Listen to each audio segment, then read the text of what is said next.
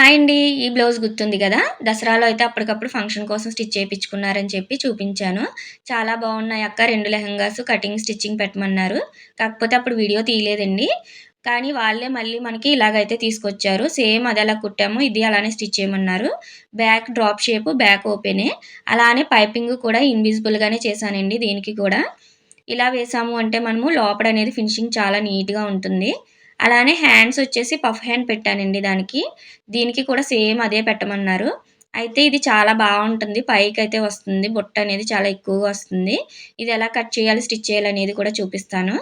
Front వచ్చేసి star neck. అలానే direct princess cutting stitch చేశాను. నడానికి షేప్ ఇచ్చామంటే ఫ్రంట్ చాలా బావుంటుంది. అలానే నెక్‌కి కూడా నేను పైపింగ్ అనేది ఇలా లోడింగ్ పద్ధతిలోనే స్టిచ్ చేశాను.